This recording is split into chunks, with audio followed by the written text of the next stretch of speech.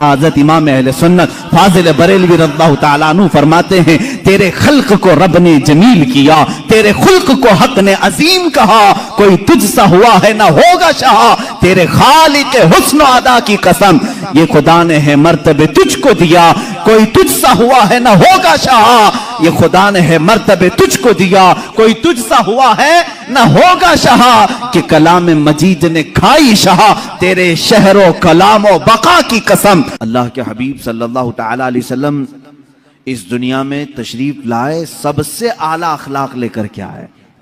खुद मेरे आका सल्लल्लाहु ताला अलैहि वसल्लम की जुबान से सुने मेरे अजीज हुजूर फरमाते हैं, बुइस्तु लिउतम्मिमा मकारिमल अखलाक, मैं दुनिया में इसलिए आया हूं कि अखलाक के पैमाने जितने भी हैं सबसे आला अखलाक तुम्हारे सामने पेश करूं। एक बात याद रखना, कुरान ने कहा है हुजूर के अखलाक के बारे में, व इन्नका लअला खुलुकिन अज़ीम, ऐ हबीब आप सबसे अजीम अखलाक पर पैदा किए गए हैं।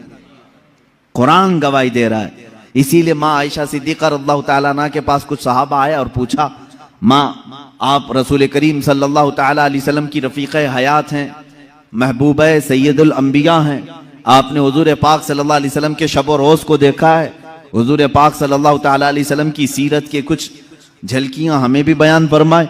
सैयदा आयशा सिद्दीक़ा रज़ियल्लाहु ताला अन्हा ने सवाल करने वालों से ये पूछा, क्या तुम लोगों ने कुरान नहीं पढ़ा? कुरान नहीं पढ़ा? उन्होंने कहा हमने कुरान पढ़ा है, हम बात कर रहे हैं, आपसे सवाल कर रहे हैं हुजूर पाक के अखलाक के। माँ आयशा सिद्दीक़ा रज़ियल्लाहु ताला अन्हा फरमाती हैं, काना खुलुकुहुल कुरान, कुरान पढ़ो, यही सारे अखलाक मेरे मुस्तफ़ा के हैं।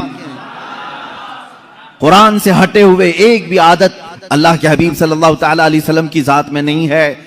दुनिया के बड़े बड़े जो स्कॉलर आए या फिर जो लोग जिसको कहते हैं रेवलेशन लेकर के आए या अखलाक की बात करने वाले आए, उनमें और मेरे आका सल्लल्लाहु ताला अलैहि वसल्लम में एक बड़ा फर्क यह है, लोगों ने अखलाक और कैरेक्टर दुनिया वालों को तो बताए लेकिन खुद उस सांचे में पूरे उतर नहीं सके।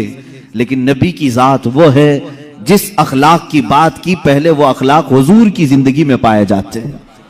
सच बोलने का हुक्म फरमाया हुजूर पाक सल्लल्लाहु अलैहि वसल्लम ने। पूरी 63 साल जिंदगी का एक दिन एक लम्हा किसी ने हुजूर सल्लल्लाहु ताला अलैहि वसल्लम को झूठ न कहते हुए सुना, न किसी को मजाक में बोलते हुए सुना, कभी नहीं। हुजूर पाक सल्लल्लाहु ताला अलैहि वसल्लम की बात तो बहुत दूर की है मेरे अजीजों, जिन्होंने हुजूर की हदीसें बयान की हैं उनकी जिंदगी झूठ से महफूज है, उनकी जिंदगी झूठ से महफूज है। हजरत सैयदना इमाम बुखारी रज़ियल्लाहु ताला जो बुखारी शरीफ हुजूर की हदीसें जमा किए हैं, झूठ से इतना एहतराज करते थे, इतना कि अगर किसी मुहद्दिस के बारे में उनको मालूम हो जाता कि जिंदगी में कभी उन्होंने मजाक में भी झूठ कहा है तो उनके पास वो हदीस सुनने के लिए भी नहीं जाते। इमाम बुखारी रज़ियल्लाहु ताला नहीं जाते। हदीस रसूल बयान करने वालों की यह शान है कि पूरी जिंदगी उन्होंने झूठ नहीं कहा। तो रसूल पाक सल्लल्लाहु ताला अलैहि वसल्लम के अखलाक की करीमाना का क्या हाल है। इमाम बुखारी रहमतुल्लाह ताला अलैह जो हदीसें जमा किए हैं बुखारी शरीफ में, कितना एहतियात, कितना एहतियात, अल्लाह की पनाह। एक बड़े मुहद्दिस के बारे में आपको पता चला कि उनके पास हुजूर सल्लल्लाहु ताला अलैहि वसल्लम की हदीसें हैं। इमाम बुखारी उनके पास गए कि उनकी जुबान से सुनूं और अपनी किताब में हदीस लिखूं। जब गए तो वो जो बड़े शेख थे, मुहद्दिस थे, उनका नाम मशहूर था, बहुत हदीसें उनको याद हैं। इमाम बुखारी उनके पास गए तो देखा उनका घोड़ा जो है बिदक गया था, सरकश हो गया था, हाथ में नहीं आ रहा था, और वो अपने घोड़े को काबू में करने के लिए बहुत कोशिशें कर रहे थे। घोड़ा जो है हाथ में नहीं आ रहा था। उन्होंने अपना दामन यूं उठाया जैसे दामन के अंदर चारा हो, चारा दिखा करके अपना दामन यूं करके घोड़े को बुलाने लगे, आ कह के। घोड़ा करीब आता गया, करीब आता गया। चारे की आस में वो घोड़ा करीब आया। जब वो करीब आया तो आपने दामन छोड़ दिया, घोड़े की नाती पकड़ ली, रस्सी पकड़ ली। इमाम बुखारी रहमतुल्लाह ताला अलैह वहीं से वापस होने लगे। कहा कि मैं इनसे हदीस नहीं सुनूंगा। उस मुहद्दिस ने रोका कि आप आए थे हदीस सुनने के लिए, क्यों जा रहे? कहा जो अपने घोड़े को झूठ बोल सकता है, मुझे हदीस रसूल भी झूठ बोल सकता है, मैं उससे हदीस नहीं सुनता। मेरे अजीजों, झूठ से एहतराज मुहद्दिसीन की जिंदगी में है। इमामुल अंबिया के अखलाक तो बहुत आला है। और झूठ से एहतराज करना इतना अहम है मेरे अजीजों, इतनी जरूरी बात। एक बात याद रखें, जो झूठा नहीं होता वो बहुत सुकून से सोता है, और झूठ बोलने वाले का सुकून गारत रहता है, हमेशा बेइत्मीनान रहता है। एक सच को छुपाने के लिए उसने झूठ बोल दिया, लेकिन उस झूठ की लाज रखने के लिए उसको और 100 झूठ बोलने पड़ते हैं। उसके अलावा अलग अलग अलग गढ़ना पड़ता है। दूसरा झूठ, फिर तीसरा झूठ, फिर चौथा झूठ। ये झूठ अखलाके ज़मीमा है, गिरे हुए अखलाक में से है। और मेरे आका सल्लल्लाहु तआला अलैहि वसल्लम के अखलाक इस झूठ के अपोजिट है। हुजूर अकरम सल्लल्लाहु तआला अलैहि वसल्लम के लक़ब में सादिक नाम है। क्या आपने नहीं सुना? हुजूर सादिकुल अमीन है। अल्लाह के नबी सल्लल्लाहु तआला अलैहि वसल्लम के अखलाक को अपनाओ मेरे अजीजों, झूठ को अपनी जिंदगी से निकालो। यहां तक कि अपने बच्चों को भी इसकी सख्ती से ताकीद करो। फारसी में हमने एक मकौला पढ़ा था, दरोग गोरा हाफिजा ना बाशत। झूठ बोलने वाले की याददाश्त कमजोर हो जाती है, उसको याद नहीं होता। कुरान याद करने वाला हो, कोई भी किताब याद करने वाला हो, वो ये समझ ले कि झूठ बोलेगा तो उसका हाफिजा कमजोर हो जाएगा, याददाश्त सलामत नहीं रहती। झूठ एक ऐसी नहुसत है जो इंसान की जिंदगी की तमानीनत और उसके सुकून को गारत कर देती है। इसीलिए मेरे आका सल्लल्लाहु तआला अलैहि वसल्लम के पास एक शख्स आया और उसने कहा कि मेरे पास बहुत बुरी आदतें हैं, बहुत सारी। मैं बयान तो नहीं करूंगा, लेकिन मैं सब नहीं छोड़ सकता। कोई एक चीज आप बोले, एक ही छोड़ूंगा, लेकिन वादा करके छोड़ूंगा। शराब पीता हूं, जुआ खेलता हूं, या जो भी काम है, बहुत सारी बुरी आदतें हैं, लेकिन आप एक आदत को बोले मैं छोड़ दूंगा, वादा करूंगा। हुजूर ने फरमाया पक्का वादा करेगा? उसने कहा हाँ। अल्लाह के नबी सल्लल्लाहु तआला अलैहि वसल्लम ने फरमाया ठीक है, आज से तू सिर्फ झूठ छोड़ दे, आज से सिर्फ तू झूठ छोड़ दे। जब भी मैं तुझसे सवाल करूंगा तू झूठ नहीं बोलेगा। उसने कहा बिल्कुल। मैंने आपके हाथ पर हाथ रखा, वादा कर लिया। अरब के लोग बड़े पक्के भी हो जाते थे, किसी बात का आज़म कर लेते तो उस पर अटल हो जाते। बहुत सारी बुराइयां छुपी हुई थी, मालूम नहीं थी, लोगों पे जाहिर नहीं थी। कहा दूसरी नहीं छोड़ूंगा मैं। कहा ठीक है, दूसरी नहीं छोड़ना, एक जो आपने कहा वही छोड़ूंगा।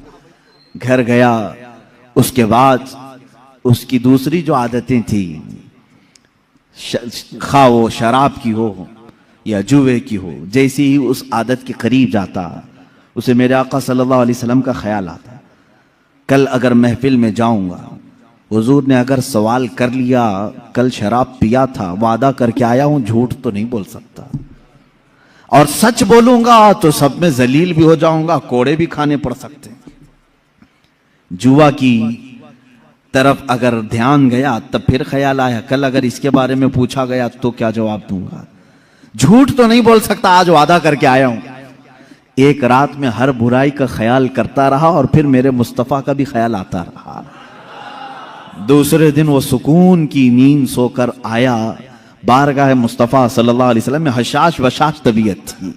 जो झूठ नहीं बोलता वो बहुत सुकून से रहता है, उसकी तबीयत में घबराहट नहीं होती। हुजूर पाक सल्लल्लाहु तआला अलैहि वसल्लम की महफिल में आया और जो जो उसने सोचा था वही सवालात हुजूर ने किया भी। कहा कल ऐसा तो नहीं कि तूने शराब पिया? कहा या रसूल अल्लाह हरगिज नहीं पिया। जुआ खेला था? कहा हरगिज नहीं खेला। जितनी बुराइयों का हुजूर ने पूछा बिल्कुल निडर होकर के सच बात कहा और कहा ऐ मेरे मौला, तूने ऐसा रसूल भेजा, एक बुराई को मुझसे छुड़ाया, उसकी सदके में अल्लाह पूरी बुराइयां खत्म हो गई। ये जिंदगी का मेयार याद रखो। झूठ उम्मुल खबाइस है, बुराइयों की मां है। यहां से बहुत सारी बुराइयां तुम्हारे अंदर जड़ पकड़ती हैं। झूठा आदमी मुनाफिक होता है, निफाक उसके दिल में आने लगता है। इसीलिए कि मेरे आका सल्लल्लाहु तआला अलैहि वसल्लम से पूछा गया था मुनाफिक की अलामत क्या है, उसमें पहली अलामत हुजूर ने फरमाया बात करेगा तो झूठ बोलेगा। यहां आज लोगों की आदत सी पड़ गई है और कसमें खाते हैं उस पर, झूठ पर फिर कसम भी खाते हैं, माँ की कसम, बाप की कसम, खुदा की कसम, मुआज़ल्लाह। मेरे अजीजों, तुम ये सोचते होंगे कि जुबान से निकला है क्या, होना क्या है।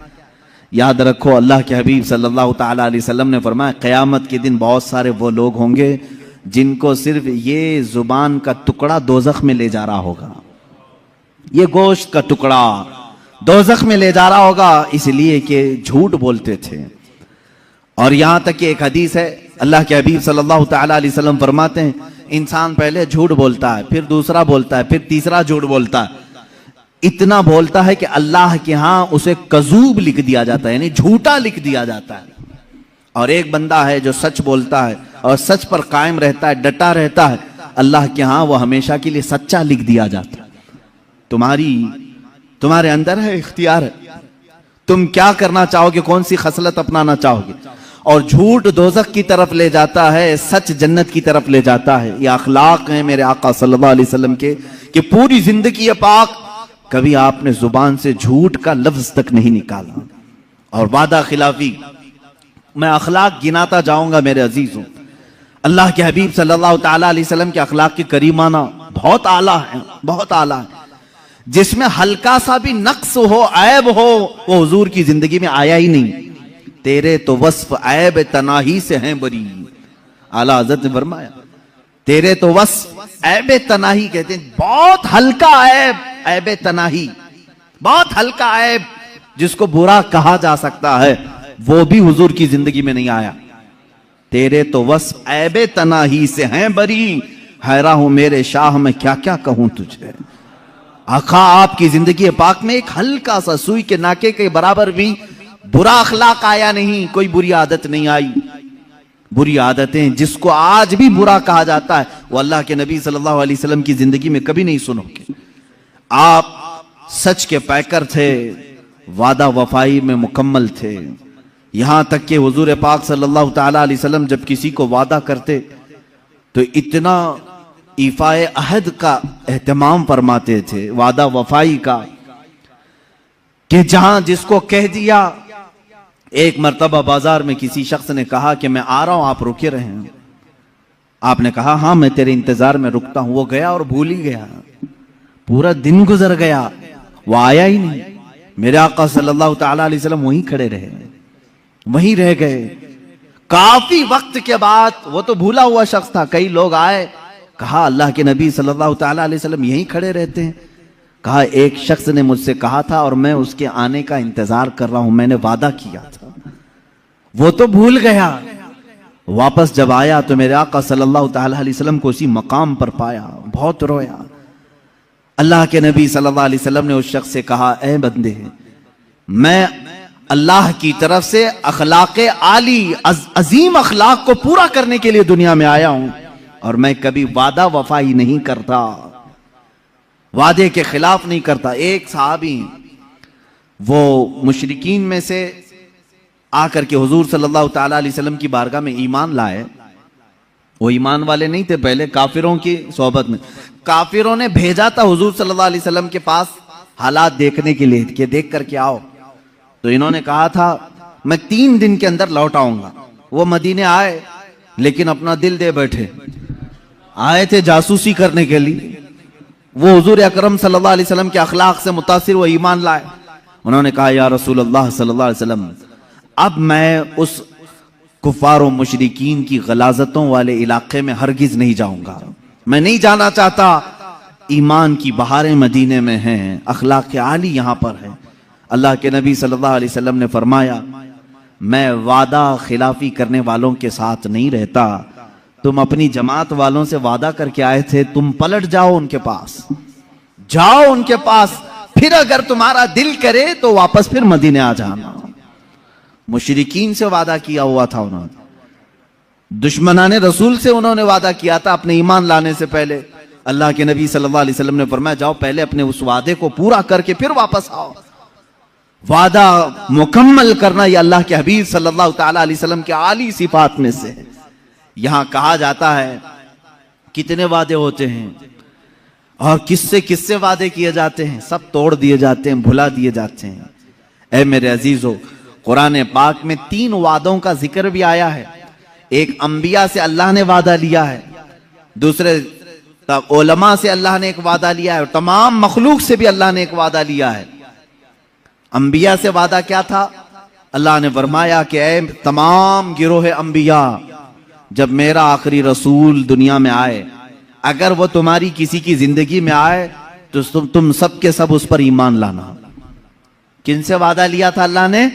अंबिया से। एक वादा ये है, और अल्लाह ने उनसे इकरार करवाया था। क्या तुम इकरार करते हो इस बात का कि जब मेरा रसूल आएगा तुम उस पर ईमान लाओगे, उसकी मदद करोगे? सारे नबियों ने कहा हाँ हम इकरार करते हैं। एक वादा ये। दूसरा, उलमा जो दुनिया में आलिम बनकर आने वाले, इनकी रूहों को भी अल्लाह ने, इनकी रूहों से भी अल्लाह ने वादा लिया। क्या? उलमा की जमात जब तुम दुनिया में जाओगे तो सिर्फ हक बयान करोगे। लतुबय्यिनुन्नहु लिन्नास वला तक्तुमूनहु, कोई भी हक बात छुपाओगे नहीं। उलमा ने भी वादा किया है अल्लाह से।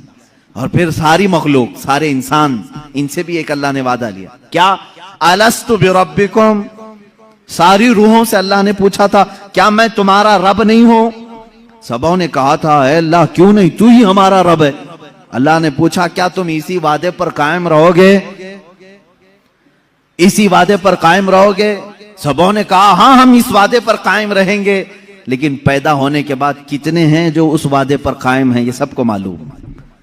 अल्हम्दुलिल्लाह, अल्लाह का बड़ा फजल और करम है, हम आज भी अल्लाह को ही अपना रब मानते हैं। हमारी रूह ने जो वादा किया था उसी वादे पर आज हम मुकम्मल हैं। उलमा में से बाज वो हैं जो अपने वादे को भूल गए, तो समझ लो कि उनके अंदर मुनाफिकत आ गई। जो हक बयान नहीं करना चाहते और जो छुपाना चाहते हैं हक बातों को, उनके अंदर निफाक आ गया। वो अपने मौला से किए हुए वादे को तोड़ करके बैठे हुए हैं। और अंबिया इकराम तो वादा खिलाफी कर ही नहीं सकते। मेरे अजीजों, कुरान में ये 3 वादों का जिक्र आया है। अब आपकी जिंदगी में अभी अगर कभी किसी से वादा किया तो याद रख लेना, मोमिन का वादा ये अल्फाज की फेंकाई नहीं है, ये जुबान की इसी तरह चलाए हुए तीर नहीं है। मोमिन का किया हुआ वादा पत्थर की लकीर से ज्यादा मजबूत होना चाहिए कि अगर मैंने कहा है तो उसको करके दिखाऊं, और अगर नहीं हो सकता तो वादा भी ना करें, वादा भी ना करें। आम तौर पर जो वादा खिलाफियां देखने आ रही हैं वो शादीशुदा जोड़ों में यही तो है। शादी से पहले बहुत सारे वादे, इफाए अहद, बहुत कुछ होते हैं और सब झूठे होते हैं, एक दूसरे के खिलाफ हो जाते हैं। क्या वो मोमिन है? उनकी मोमिनाना शान है ये ईमान की शान है कि किसी लड़की को पागल बनाने के लिए, अपने दामे फरेब में फंसाने के लिए उससे लंबे चौड़े वादे किए, उससे क्या क्या कहा, चांद पे ले जाऊंगा, तारे तोड़ लाऊंगा। ये सोचते होंगे कि ये सिर्फ अल्फाज हैं। अल्फाज औरों को कहने दो मेरे अजीज, मोमिन सिर्फ अल्फाज फेंकता नहीं, मोमिन जो कहता है उसको मुकम्मल करके रहता है। ईमान वालों का तकाजा यह होना चाहिए कि वो किसी से भी वादा करे तो पूरा करे। अल्लाह के नबी सल्लल्लाहु ताला अलैहि वसल्लम जानवरों से भी अगर वादा करते तो पूरा करते थे। जानवरों की बात अल्लाह के नबी सल्लल्लाहु ताला अलैहि वसल्लम ने फरमाया किसी जानवर से भी इस तरह का सुलूक ना करो। आप यहां अपने अखलाक को अगर बदलना चाहें तो सीरत मुस्तफ़ा का पूरा मुताला शुरू करो। अल्लाह के हबीब सल्लल्लाहु ताला अलैहि वसल्लम के अखलाक आली है। क्या आपने कभी किसी से वादा खिलाफी नहीं की? सादिकुल वादिल अमीन, आप वादे को भी सच्चा करने वाले और अमानतदार थे। अल्लाह के नबी सल्लल्लाहु ताला अलैहि वसल्लम के अखलाक में कभी झूठ आया, कभी वादा खिलाफी आई? तीसरी बात मैं जिक्र कर रहा हूं, अमानतदारी में मेरे आका की कोई मिसाल नहीं। अमानतदारी, अमानत इंसान के अखलाक में बहुत आला अखलाक हैं। जो बंदा अमानतदार होता है वह अल्लाह के नजदीक भी मोहतरम होता है, बहुत मुअज्जम है, मुकर्रम है। अमानत किसे कहते हैं? कोई भी चीज तुम्हारे पास रखी गई, उसे संभालने को कहा गया, फिर जब उस शख्स ने वापस मांगा तो तुम उसको वो चीज वापस लौटा दो। अभी इसमें पैसे भी हो सकते हैं, सामान भी हो सकता है, बातें भी हो सकती हैं, बातें भी हो सकती हैं। कोई भी चीज अगर तुम्हारे पास अमानत के तौर पर रखी तो अमानतदार वही शख्स है जो रखी हुई चीज में खुर्द बुर्द ना करे, उससे पूछे बगैर कोई चीज उसमें इस्तेमाल ना करे। आपने अगर मेरे पास 1000 रुपये रखे और कहा यह अमानत है, आप इसको संभालें। मैंने उसको संभाला। 1 महीने के बाद आप दोबारा आए। मैंने अगर वो 1000 वापस तुम्हें लौटा दिए तो अमानतदार कहलाऊंगा। 1 रुपये भी खाया था तो खयानतदार। नहीं देने की बात किया तो और बड़ा झूठा धोखेबाज। खयानतदार कम करने वाला और ना देने वाला, हड़प करके गसब करने वाला धोखेबाज, अल्लाह की बारगाह में उसका और बड़ा अजाब है। मोमिन की तो ये शान ही नहीं। अल्लाह के नबी सल्लल्लाहु अलैहि वसल्लम के पास तो अमानतें रखने वाले ऐसे लोग थे, आपको मालूम है, जिन्होंने हुजूर सल्लल्लाहु अलैहि वसल्लम के ऊपर तलवार उठाई कत्ल के मंसूबे से। उनकी तलवारें भी हुजूर के पास अमानत में रखी जाती थी। वो भी जो दुश्मनी में उरूज पर पहुंचे हुए थे, अपनी अमानतें हुजूर के पास ही रखते थे। उनको मालूम था दुनिया इधर से उधर हो जाएगी, मोहम्मद अमानत में खयानत कभी नहीं करते सल्लल्लाहु ताला। हुजूर के मुतालिक इतना यकीन था उन्हें। इसीलिए हिजरत की रात हुजूर सल्लल्लाहु अलैहि वसल्लम मौला अली करमल्लाहु वजहुल करीम को अपने बिस्तर पर सुलाकर यही तो फरमाते हैं, अली कल सुबह उठना, मेरे पास मक्का वालों की अमानतें हैं, ये फला फला को अमानत वापस करके तुम भी मदीने चले आना। मुझे बताओ, जो शहर छोड़ करके जा रहा है सारा बटोर करके ले जाए, कौन पीछा करेगा, कौन आएगा? देखते हैं मैं नए शहर में जा रहा हूं। अल्लाह के नबी सल्लल्लाहु ताला अलैहि वसल्लम ने जिसका जिसका जैसा हक था वो वापस लौटाया। अगरचे वो दुश्मनों का हक था, वो हुजूर के दुश्मनों का हक था, लेकिन आपने वापस लौटाया।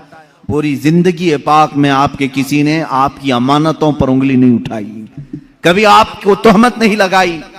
अजीजान गिरामी, मोमिन की भी आला शान होनी चाहिए, वो अमानतदार बने, अमानतदार बने। कोई चीज तुम्हारे पास रखी हुई हो उसे या तो लौटाओ या तो फिर उसकी सही हिफाजत करो।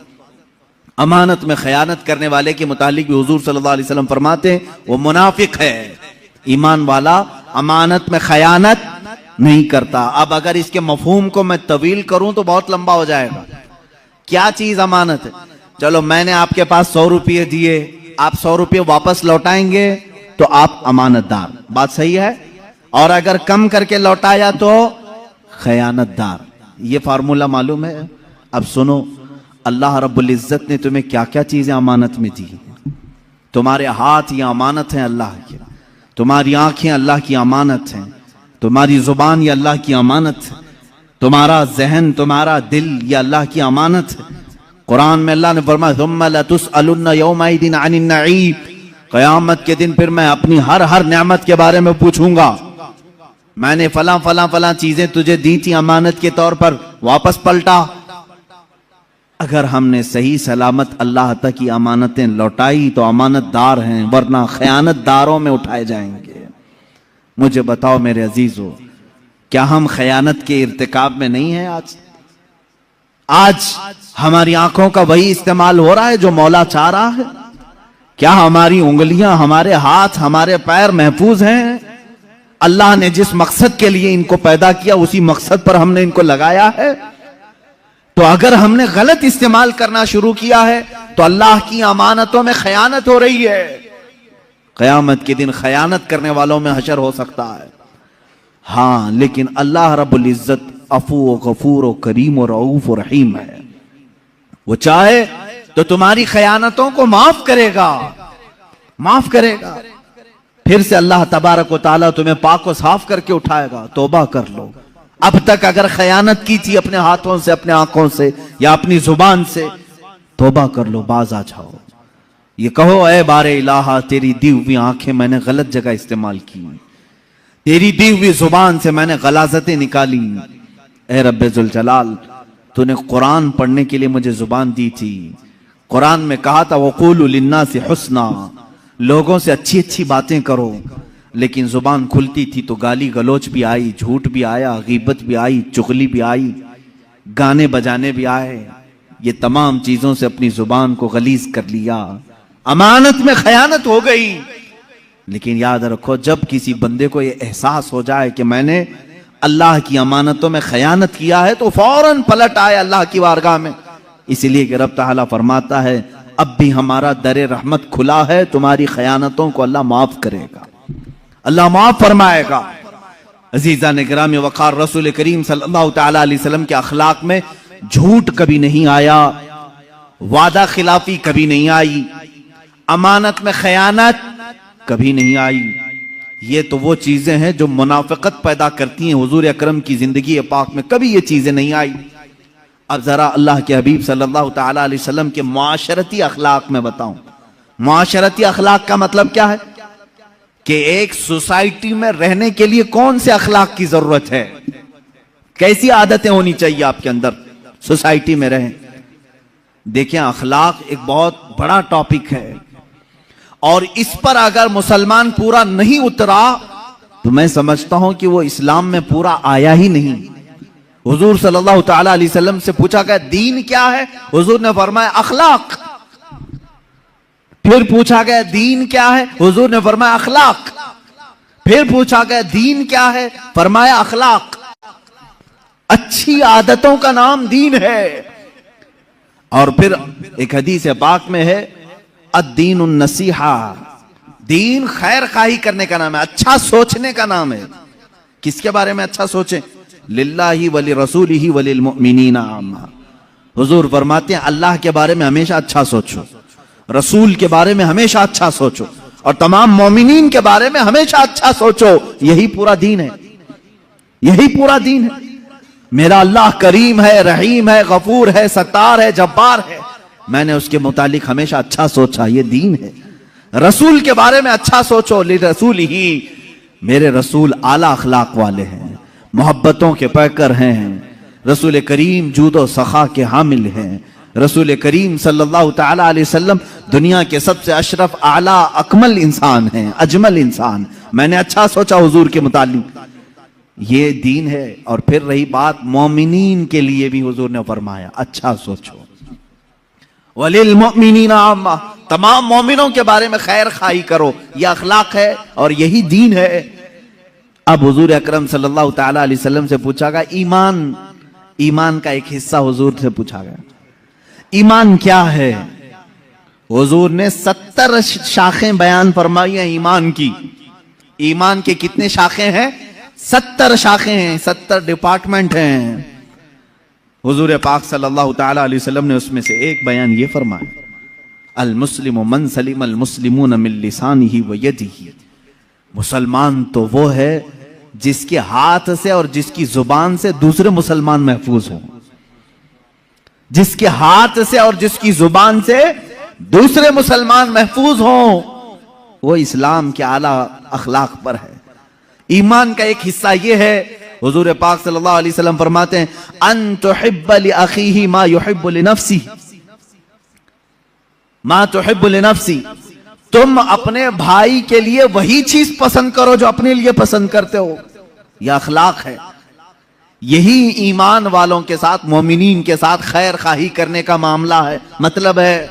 और अल्लाह के हबीब सल्लल्लाहु ताला अलैहि वसल्लम ने सिर्फ बयान नहीं किया बल्कि करके दिखाया है हमेशा। अल्लाह के रसूल सल्लल्लाहु ताला अलैहि वसल्लम जो अपने लिए पसंद फरमाते थे वही सारे सहाबा के लिए पसंद करते थे।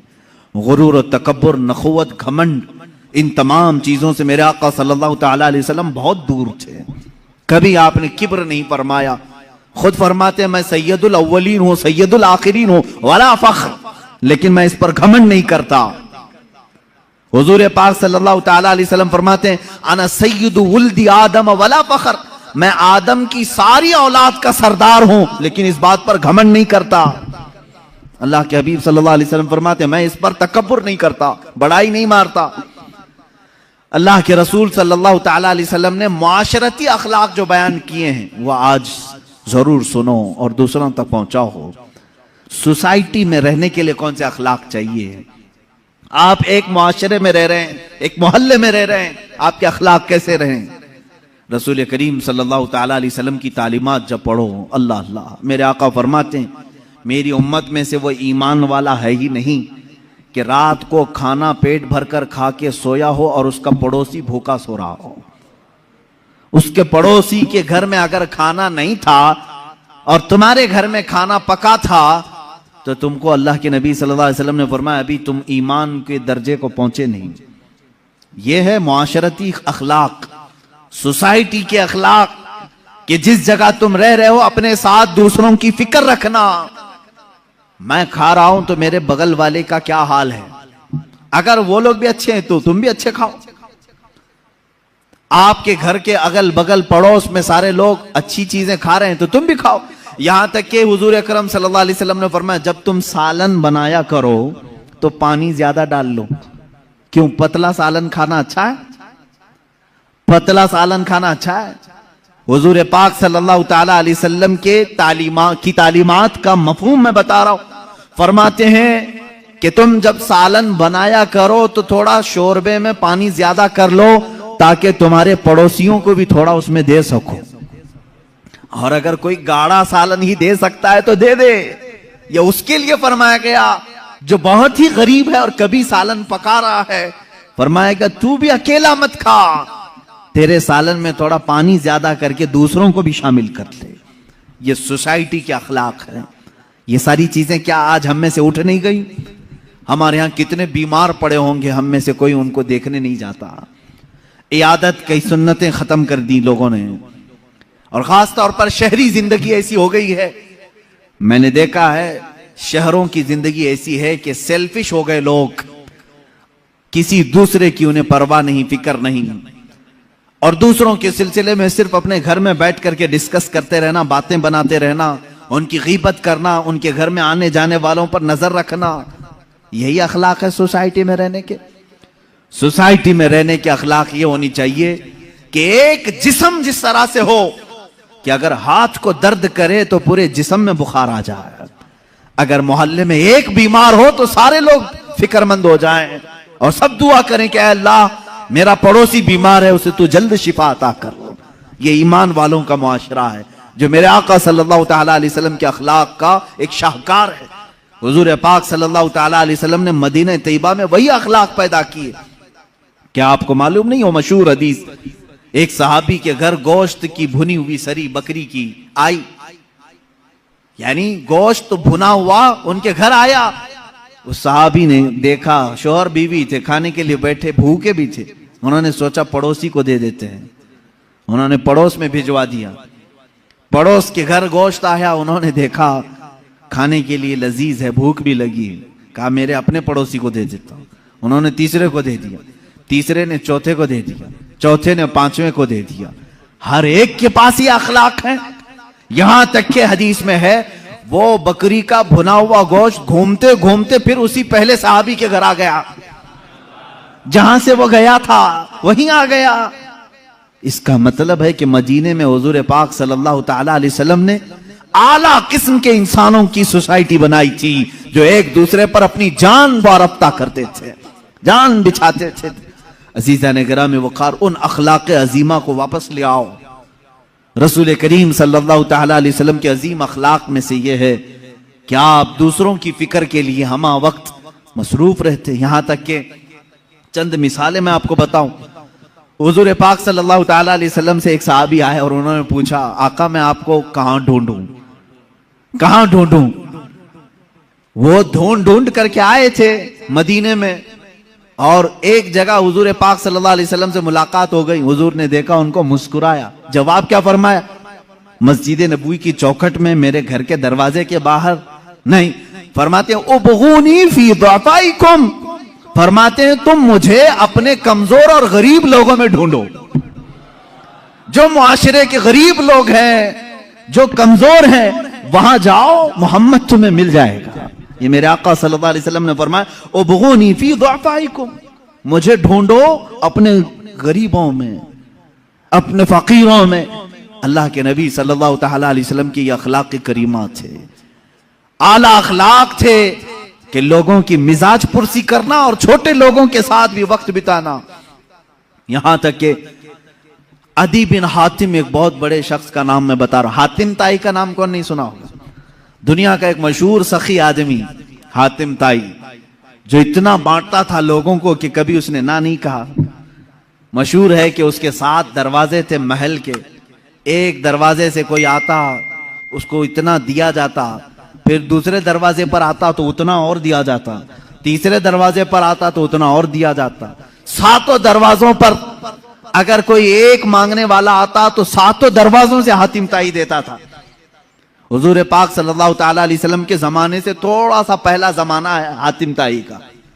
हातिम ताई का वो बड़ा सखी इंसान था। हुजूर पाक सल्लल्लाहु ताला अलैहि वसल्लम के बाद फरामीन में उसकी तारीफ भी मिलती है। हातिम ताई बड़ा सखी आदमी था, लेकिन मेरे आका से ज्यादा सखी नहीं है, ये बात तो तयशुदा है। अच्छा, एक सवाल किसी ने ये भी किया है कि हातिम ताई के तो 7 दरवाजे थे, 7 दरवाजे थे, हर दरवाजे पर उतना उतना दिया जाता था। मोहम्मद अरबी सल्लल्लाहु अलैहि वसल्लम का एक ही दरवाजा था, ये बड़े सखी कि वो बड़े सखी। हातिम ताई बड़ा सखी है, 7 दरवाजे बांटने के लिए रखता। एक आशिक रसूल ने जवाब दिया, मियां साइल को, फकीर को दूसरे दरवाजे की हाजत उस वक्त होती है जब पहले दरवाजे से पेट भरकर नहीं मिलता। यहां तो इतना दिया जाता है कि दूसरे दरवाजे की हाजत ही नहीं।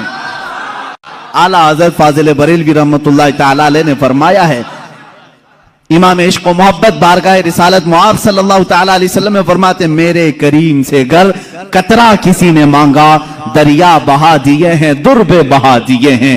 सरकार में न ला है, मांगेंगे मांगे जाएंगे, मुंह मांगी पाएंगे। सरकार में न ला है न हाजत अगर की है। 2 चीजें हुजूर की बारगाह में नहीं है। क्या? ला का मतलब नहीं। आया कुछ मांगने के लिए, हुजूर ने कहा नहीं चल ये नहीं दूंगा। हुजूर ने ये कभी नहीं फरमाया पूरी जिंदगी में। ला का लफ्ज हुजूर के पास हुआ नहीं किसी फकीर के लिए। और दूसरी चीज है अगर यानी मेरे पास कोई आया, मैं कहा अगर नमाज पढ़ेगा तो दूंगा, अगर रोजा रखेगा तो दूंगा।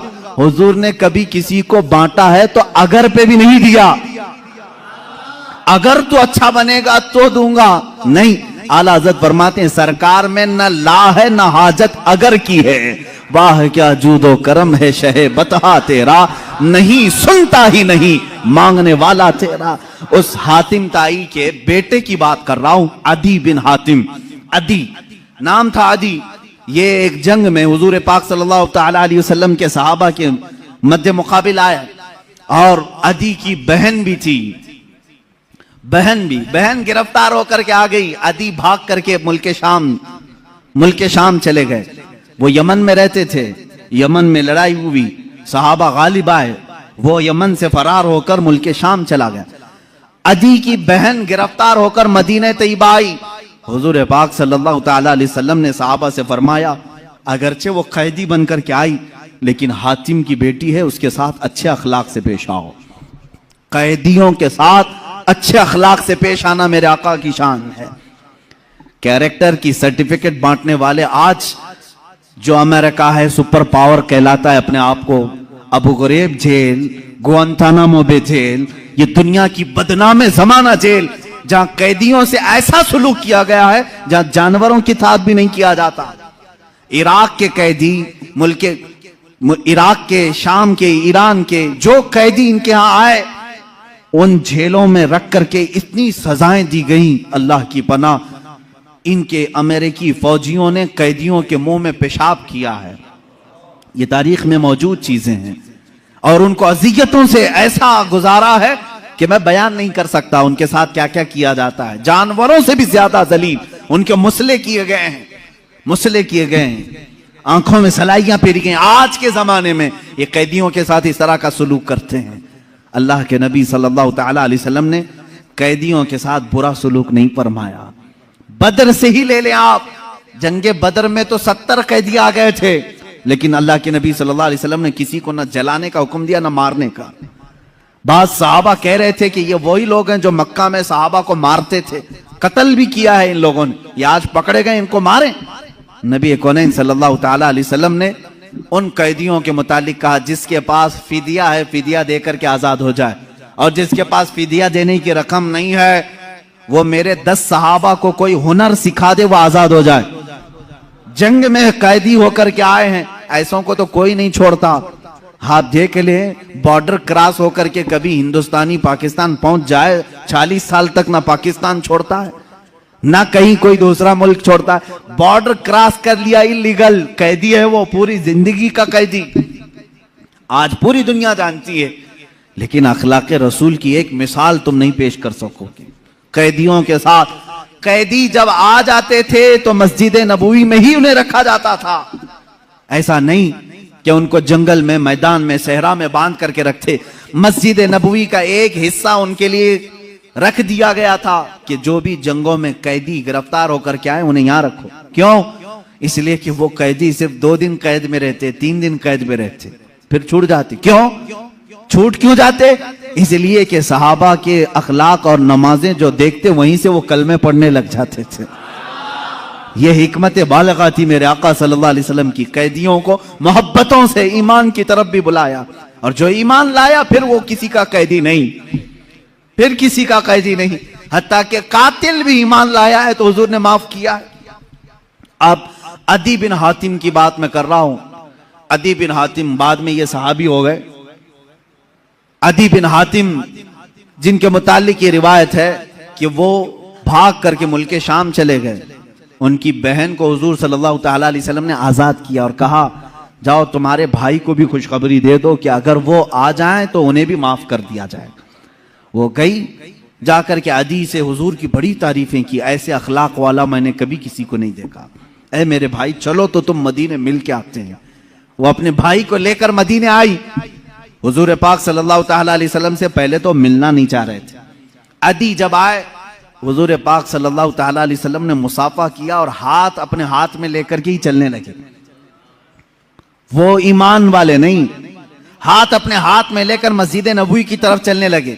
अदी कहते हैं कि मुझे तो ईमान लाना नहीं था, हुजूर पाक सल्लल्लाहु ताला अलैहि वसल्लम को सिर्फ देखने के लिए आए थे। वो अपने आला बाप के बेटे हातिम ताई का बेटा था, बहुत अच्छे अखलाक वाला हातिम ताई। लेकिन हुजूर पाक सल्लल्लाहु ताला अलैहि वसल्लम के पास जब हातिम ताई का बेटा आया है, मस्जिद नबवी जाने से पहले रास्ते में एक बूढ़ी औरत दौड़ती हुई आई। उलझे हुए बाल हैं, पुराने कपड़े हैं, धूल में हटी हुई है, लोगों को हटाते हटाते आ रही है। अल्लाह के नबी सल्लल्लाहु अलैहि वसल्लम रुक गए। सहाबा ने कहा हुजूर ये तो पागल औरत है, बदजुबान है, बहुत बोलती है, आपके पास आएगी वक्त जाया करेगी, कुछ ना कुछ बोलती रहेगी। हुजूर ने फरमाया हटो उसको आने दो। सहाबा रोक रहे थे, वो खातून आगे बढ़ती आई। अल्लाह के नबी सल्लल्लाहु अलैहि वसल्लम ने फरमाया मुझे मालूम है पूरे मदीने में उसकी कोई बात नहीं सुनता, अगर मैं भी ना सुनूं तो वो किसको सुनाएगी। अदी बिन हातिम कहते मेरा हाथ मेरे आका सल्लल्लाहु अलैहि वसल्लम के हाथ में था। वो खातून आई, मिनट 2 मिनट नहीं घंटों खड़ा करके रखी रही, बात करती रही, बात करती रही, बात करती रही, और कही हुई बात वही पलटा पलटा कर दोबारा वही बातें करती रही। अदी बिन हातिम कहते हैं मैं हुजूर को देख रहा था, उस औरत की बात को ऐसे सुन रहे हैं जैसे किसी बड़े दानिशमंद की बात सुन रहे हो। बार बार उसे सर हिला करके कहते हैं हाँ अच्छा ऐसी बात है, अच्छा ऐसी बात है। अदी बिन हातिम कहते हैं ये अल्लाह का रसूल है जो सामने वाले को ये एहसास भी होने नहीं देता कि वो पागल है, ये एहसास भी होने नहीं देता कि उसका ज़हनी तवाज़ुन खराब है। वो औरत फख्र से कहती थी कि तुम लोग मुझे पागल कहते हो, दुनिया का सबसे आला इंसान मेरी बात सुनता है, सबसे आला इंसान मेरी बात सुनता है। लोगों की फीलिंग को समझा करो, किसी से थोड़ी देर बैठ करके तुम गुफ्तगू सुन लो तो उसकी फीलिंग बढ़ जाती है। अजीजा ने गिरामी, अदी कहते हैं मैं उसी वक्त ईमान ले आया। मैंने ऐसे अखलाक किसी के नहीं देखे जो आम किस्म के लोगों की भी बातें सुनने के लिए खड़ा हो जाता हो और उसे एहसास होने नहीं देता। अजीजा ने गिरामी वक़ार, मुझे आज बड़ा कल होता है उन बच्चों को जिनकी माएं रोते हुए आकर कहती हैं मेरा बेटा 2 मिनट भी मेरे पास बैठता नहीं, मेरी बातें नहीं सुनता। क्या तुम्हारी माँ पागल हो चुकी है? क्या तुम्हारी माँ बेवकूफ हो गई है, बूढ़ी हो गई है? आज तुम उसके पास वक्त नहीं गुजारना चाहते? बाप के पास कौन ऐसा बेटा है जो थोड़ी देर बैठे? इंसाफ करो ऐ जवानों, तुम अपने उन दोस्तों के साथ पूरी पूरी रात बिताते हो जो तुम्हारे पैसों के लालची, तुम्हारे मनसब के लालची हैं, और जिसने पूरे खून पसीने की कमाई से तुम्हारे जिस्म में ताकत भरी, उसके पास आधा घंटा नहीं बैठना चाहते। अब टाइम नहीं है अभी मेरे पास, जा रहा हूं दोस्तों के पास। तुम्हारे दुनिया का सबसे बेहतरीन कोई दोस्त है वो तुम्हारा बाप है, सबसे बेहतरीन दोस्त तुम्हारी मां है। उसके पास अपना वक्त क्यों नहीं शेयर करते? ये मेरे पास दर्द भरी हुई दास्तानों की फेरिस्त है, जो माँ और बाप सिर्फ ये चाहते हैं कि हमारे बच्चे थोड़ा वक्त हमारे साथ भी बिताएं। बुढ़ापे में हमारी बातें सुनने वाला अब कोई नहीं है। याद रखो, तुम्हारे बाप और माँ की जो तुमने जवानी में ताजीम की, ये अलग मकाम रखती है। असल ताजीम तो वो है जब तुम जवान हो और वो बूढ़े हो चुके हो। वो पूछी हुई बात को बार बार पूछ रहे हो तुमसे, एक ही सवाल को दोहरा रहे हो बार बार। तुम चिल्ला करके कहोगे अम्मा अभी तो बताया था, बार बार क्या पूछती है? ना मेरे अजीज, तुम उम्मत मुस्तफा हो। मेरे आका सल्लल्लाहु ताला अलैहि वसल्लम एक ऐसी औरत जिसके मदीने में कोई बात नहीं सुनता, एक ही बात को 70 बार सुना होगा, लेकिन कभी हुजूर ने नहीं फरमाया अभी थोड़ी देर पहले तूने कहा था ना। उसकी बात, हर बात सुनते रहे। अपने माँ बाप में से जब कोई बुढ़ापे को पहुंच जाए, वो तुमसे बार बार सवाल करने लगे, तो उन्हें यह एहसास भी होने नहीं देना कि उन्होंने तुमको इससे पहले भी कोई बात पूछी थी। हर बार नई ताजगी के साथ जवाब दो, हाँ अम्मा ऐसी बात तो है। कभी तुम्हारी मां ने पूछा बेटा सुबह नाश्ता किए थे? कहा हाँ अम्मा नाश्ता हो गया। थोड़ी देर के बाद फिर पूछी अम्मा बेटा नाश्ता किए थे? कहा हाँ अम्मा अभी तो नाश्ता किया था। फिर पूछा उसने नाश्ता किए बेटा? कहा हाँ अम्मा नाश्ता किया। ये नहीं कि अम्मा अभी तो बताया फिर पूछ रही हो, नहीं, उसे ये एहसास तक होने ना दो कि उसने 2 बार तुमको पहले पूछा है। यह है माँ बाप की ताजीम, यह है हुस्न अखलाक। अल्लाह के नबी सल्लल्लाहु ताला अलैहि वसल्लम उनकी बातें सुनते थे जिनकी दुनिया में कोई नहीं सुनता था। इसीलिए शायर ने कहा है लगाते हैं सीने से उसको भी आका जो होता नहीं मुंह लगाने के काबिल, जो होता नहीं मुंह लगाने के काबिल है। मेरे अजीजों, यही तो एक भरम हमारे पास है, यही तो एक आस हमारे पास है। आज हमारी कोई सुनता है तो सिर्फ मुस्तफा करीम का दरबार है, मेरे आका सल्लल्लाहु ताला अलैहि वसल्लम। ये आस बढ़ जाती है, हमारी उम्मीदें बढ़ जाती हैं कि हमारी अगर दुनिया में आज कोई नहीं सुन रहा, इंशाअल्लाह एक दिन मदीने पहुंचकर सब सुनाएंगे, सब सुनाएंगे। मेरे आका सल्लल्लाहु ताला अलैहि वसल्लम धुतकारेंगे भी नहीं, इनकारेंगे भी नहीं, सुनेंगे पूरी बातें। यहां तक कि अल्लाह के नबी सल्लल्लाहु ताला अलैहि वसल्लम के पास लोग आते अपनी दर्द की दास्तानें सुनाने के लिए। कभी आपने महसूस किया कि मेरी जिंदगी ऐसी तो बन जाए, कोई मेरे पास आकर के अपने गम को सुना ले? मैं अपनी तारीफ नहीं करता, कभी कभार मेरे पास ऐसा होता है, लिखने में बैठा हूं, पढ़ने में मसरूफ हूं, कोई दर्द के मारे हुए लोग या कोई खातून, औरतें जब बात करती हैं तो बहुत ज्यादा बात करती हैं। होता है कि डांट दिया जाए, रख दिया जाए, लेकिन अखलाक मुस्तफ़ा ये होते हैं, हम ये सोच लेते हैं कि शायद थोड़ी देर बात करने से इसकी दिल की भड़ास निकल जाए, इसका दिल हल्का हो जाए। अगर अल्लाह ने मुझे जरिया बना लिया तो ये भी उसका इनाम है। बनो इस तरह से कि तुम्हें कोई अपना दर्द सुना सके, तुम्हारे कंधे पर सर रख करके रोकर अपना हल्कान कर सके, 2 आंसू तुम्हारे सामने बहा ले तो उसे हल्का लगने लगे। ये नहीं कि तुम हर एक से जी छुड़ाते हुए, जान छुड़ाते हुए भागते रहो। कितनी माएं आज तुम्हारे इंतजार में, उन जवानों की। मैंने शायद इससे कबल भी कहा हो अपनी तकरीरों में, फिर मैं आज दोहराता हूं। एक नौजवान है, आज भी मैं बच्चों से कहता हूं वक्त को गनीमत जानो मेरे अजीज बच्चों। जो अल्लाह ने तुम्हें माँ बाप की दौलत से नवाजा है, ये दोबारा नहीं मिलते। एक बार इनका जनाजा निकल जाता है तो दुनिया में अंधेरा छा जाता है, फिर दोबारा बाप की जैसी कोई छत भी नहीं मिलती और मां के जैसा कोई साया भी नहीं मिलता। ये याद रखना हमेशा। एक नौजवान को मैंने देखा था, वो बड़ा अय्याश तबीयत का था, मां बेवा है, बहुत पहले ही शौहर का इंतकाल हो गया था, बच्चा सिर्फ 4 साल का था या छोटा सा था। जब से वो घरों के काम कर करके अपने बच्चे को पालती थी, जवान हुआ तो औबाशों की सोहबत में लग गया, बदमाशों की सोहबत में आ गया। मां को अब इससे बड़ा धचका और क्या लगे।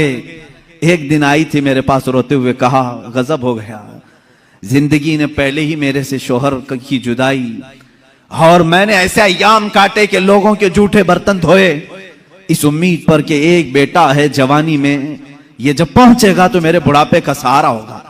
लेकिन मुफ्ती साहब ऐसा हो गया कि मेरा बेटा बदमाशों की सोहबत में चला गया। अब मेरा वो आखिरी सहारा भी खत्म है, मैं किसके पास जाऊं। वो गम के मारे इतना रोई थी। मैं जब भी आज याद करता हूं उस खातून को तो मुझे तन्हाई में रोना आता है। मैं जितनी कोशिश हो सकी, मैं कोई बहुत बड़ा मुअस्सिर आदमी नहीं हूं, एक छोटा तालिब इल्म, सोचा कि उस नौजवान बच्चे को बुलाऊं। उसके साथ मैंने थोड़ा वक्त गुजारा, उसे समझाया तेरी माँ की कदर और कीमत क्या है। वो एक बेवा है, एक बेवा है, वो 4 औरतों के साथ बैठने में शर्म करती है। क्या तू अपनी माँ के साथ वक्त नहीं बिताता? दुनिया में तेरे दोस्त होंगे, तुझे दोस्त छोड़ करके जाएं तो तुझे कितनी तकलीफ होती है। तू सोच अपनी माँ को, उसके तो कोई दोस्त नहीं और उसका बेटा भी उसको रात अकेला छोड़कर जाता है। वो रोया मेरे पास, कहा कि हजरत मैं वादा करता हूं अपनी माँ के लिए मैं काम करूंगा। मैंने समझाया, दूसरे ही दिन कहा मैं नौकरी के लिए तलाश में चलता हूं। मुझे वो बात आज भी याद है, तकरीबन 6-7 साल हो गए होंगे। वो नौजवान है अभी भी, वो सुनता भी होगा। उसने कहा अम्मा से मैं कहता हूं मैं नौकरी करता हूं। माँ उस दिन बड़ी खुश हुई, कहा हजरत आपने मेरे बच्चे को सीधे रास्ते पर लाने में बड़ी मेरी मदद की है। बस जिंदगी की एक ही ख्वाहिश रह गई है कि मैं अपने बेटे की कमाई खा लूं। मेरा बेटा कमा करके लाया हो, मैं वो खा लूं। जिंदगी भर लोगों के जूठे बर्तन धो धो करके बच्चे को पाला है, एक बार मेरा बेटा खिलाए मुझे।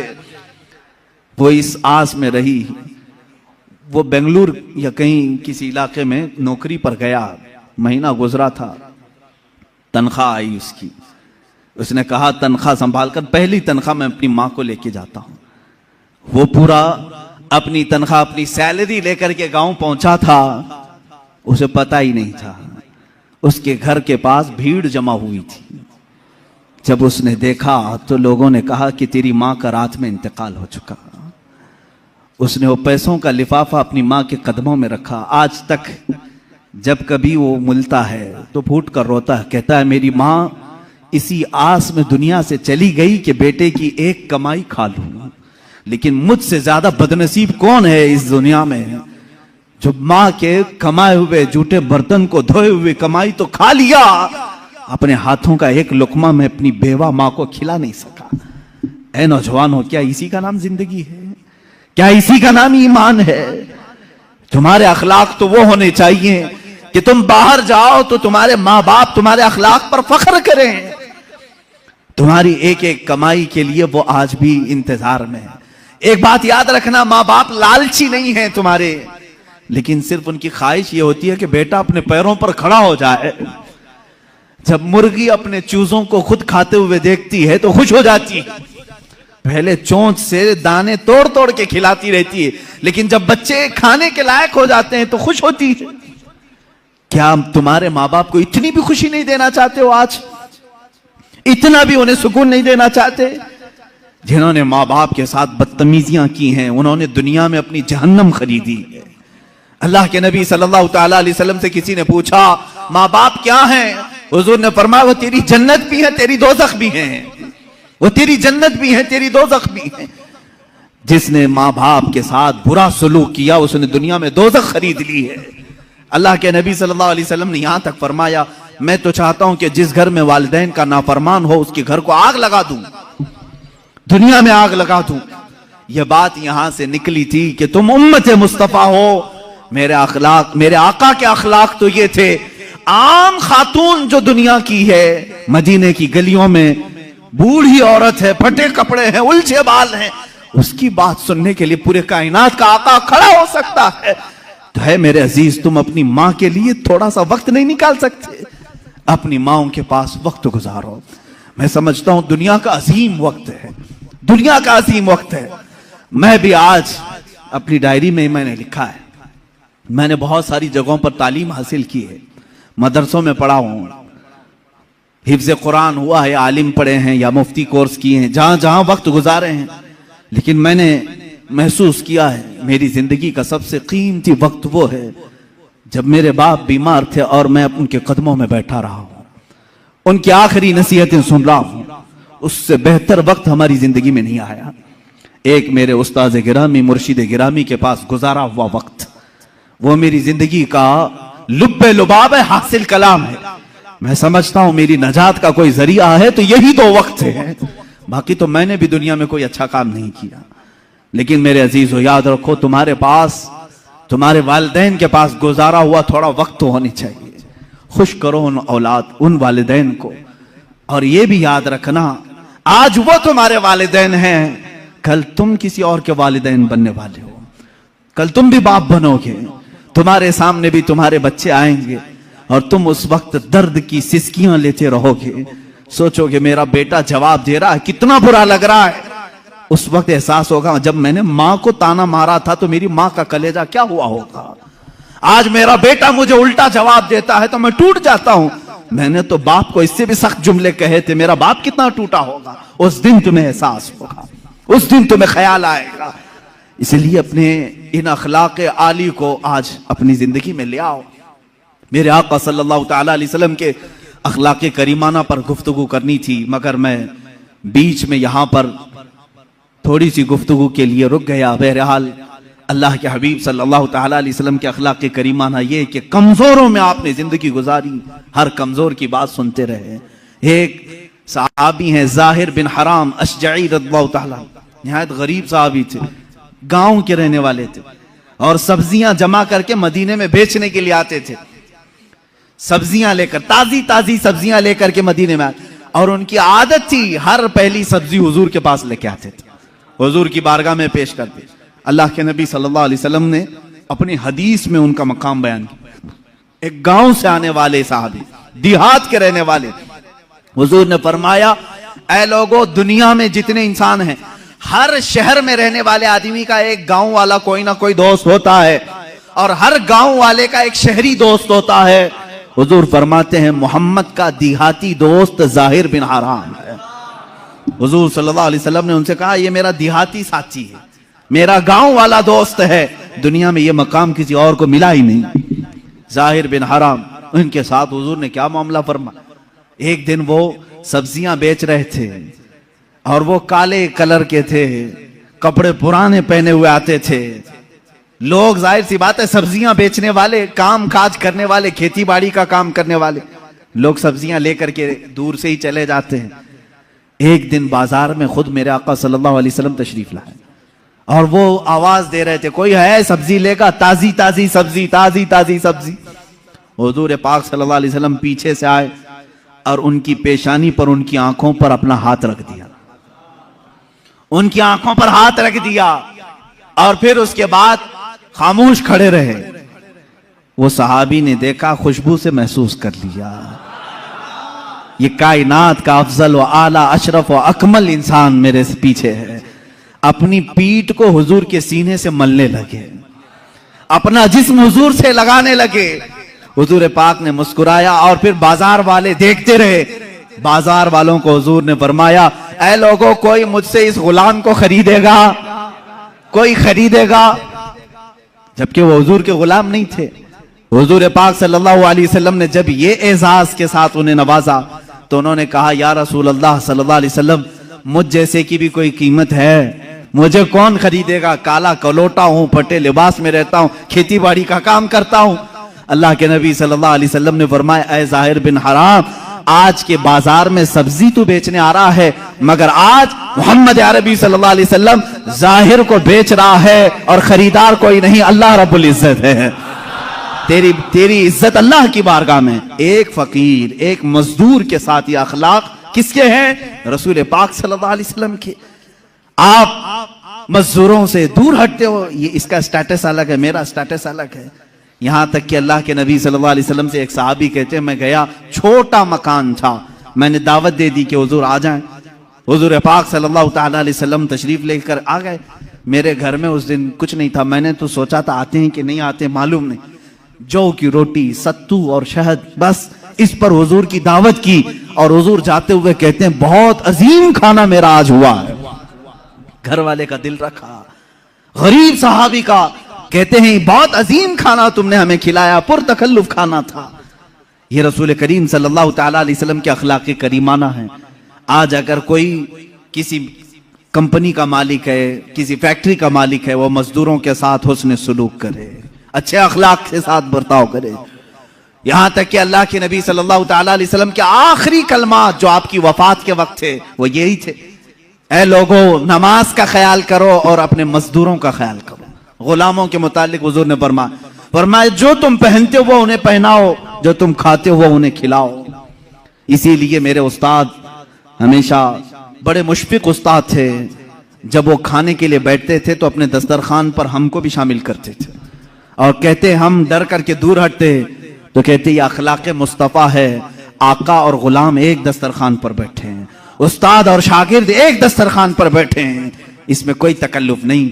मेरा दस्तरखान अलग होना चाहिए, शागिर्दों का अलग होना चाहिए, हमारा स्टेटस अलग है, वो मजदूरों का अलग होना चाहिए, सब एक साथ बैठे। ये उम्मत मुस्तफ़ा के अखलाक हैं। रसूल करीम सल्लल्लाहु ताला अलैहि वसल्लम के अखलाक के करीमाना में से एक बात ये भी थी कि आप अपने रिश्तेदारों का भी उतना ही ख्याल फरमाते थे और दूसरों का भी। यहां तक कि एक मर्तबा हुजूर सल्लल्लाहु ताला अलैहि वसल्लम की बारगाह में एक खातून आई, सहाबा बैठे हुए थे, हुजूर खड़े हो गए, अपनी चादर निकाली और जमीन पर बिछाया। वो खातून आई बैठी, हुजूर पाक सल्लल्लाहु ताला अलैहि वसल्लम दो जानू होकर उनके पास बैठे उस खातून के और सुनते रहे बातें। यहां तक कि बहुत देर के बाद वो खातून उठी, हुजूर ने बहुत सारी बकरियां उस खातून को तोहफे में दी, वो जाने लगी।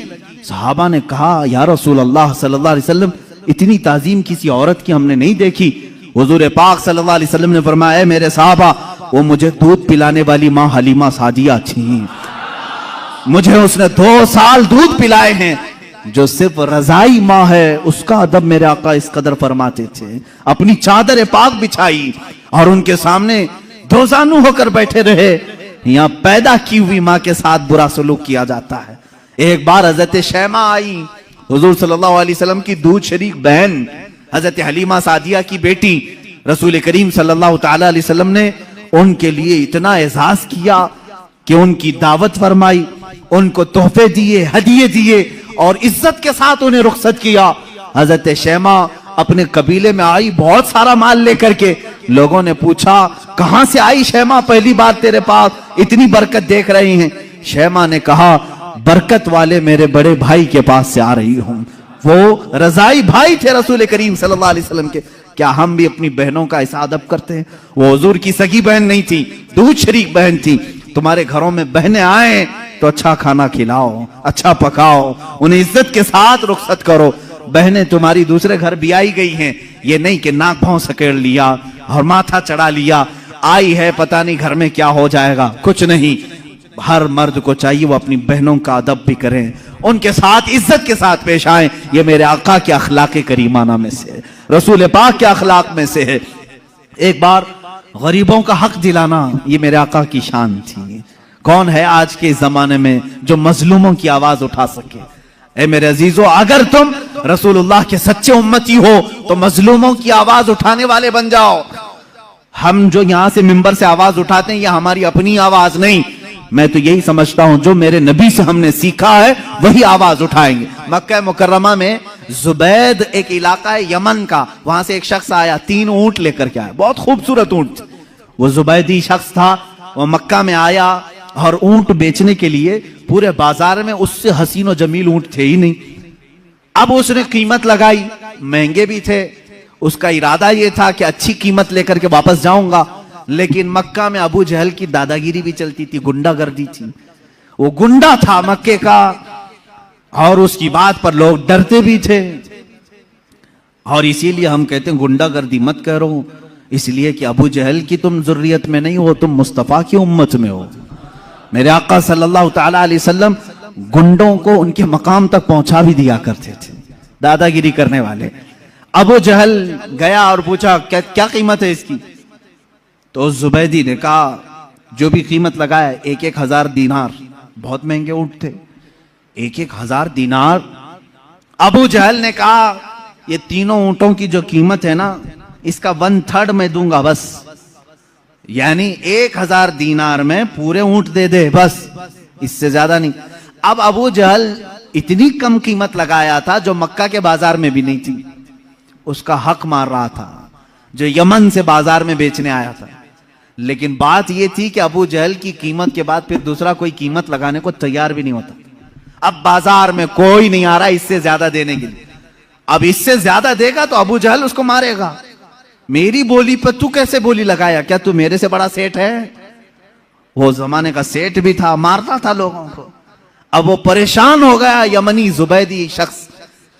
आखिरकार वो कई लोगों के पास गया, बड़े बड़े अशराफ मक्का जो थे उनके पास गया, रिक्वेस्ट किया कम से कम मेरे जाने भर का हो जाए, यमन पहुंचने का कीमत बढ़ा दो, थोड़ी मेरे ऊंटों की कीमत बढ़ाओ, देख नहीं रहे बहुत कीमती ऊंट है।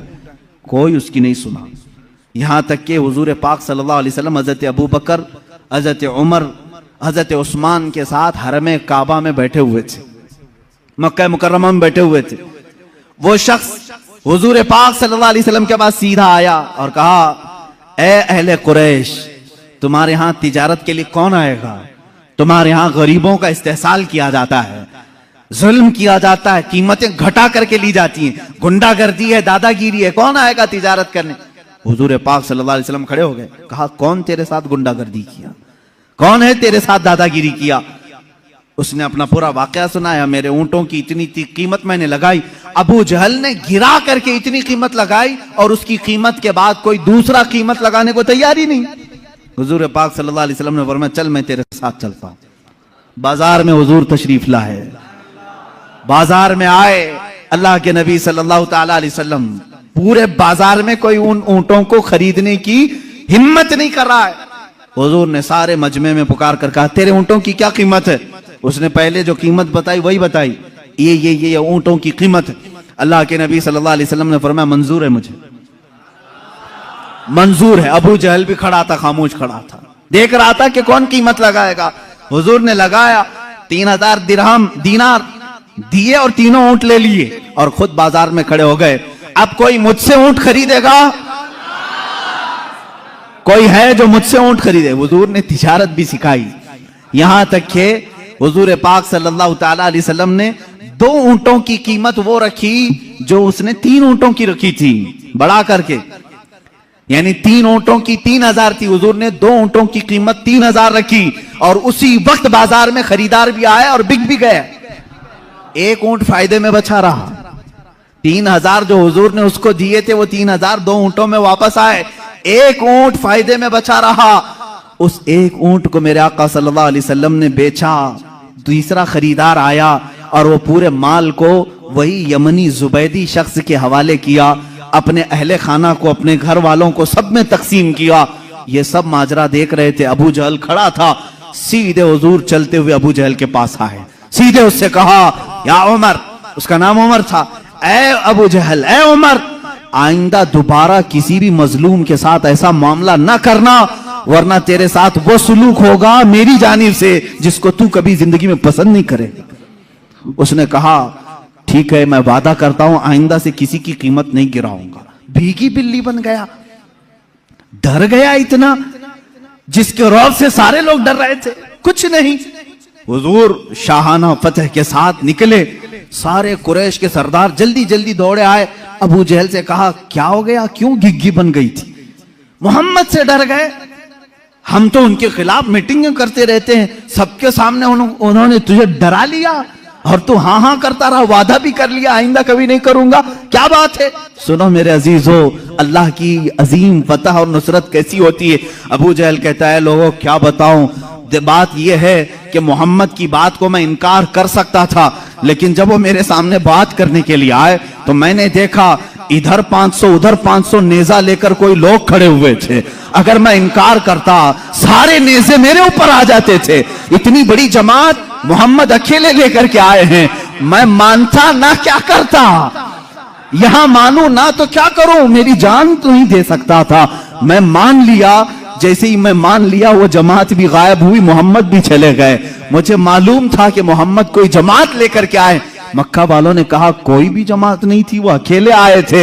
मेरे अजीजों, ये अल्लाह की फतह है। कमजोरों के हक दिलाने के लिए जो खड़ा होता है, अल्लाह अपने फरिश्तों को उसका हामी बनाकर भेजता है।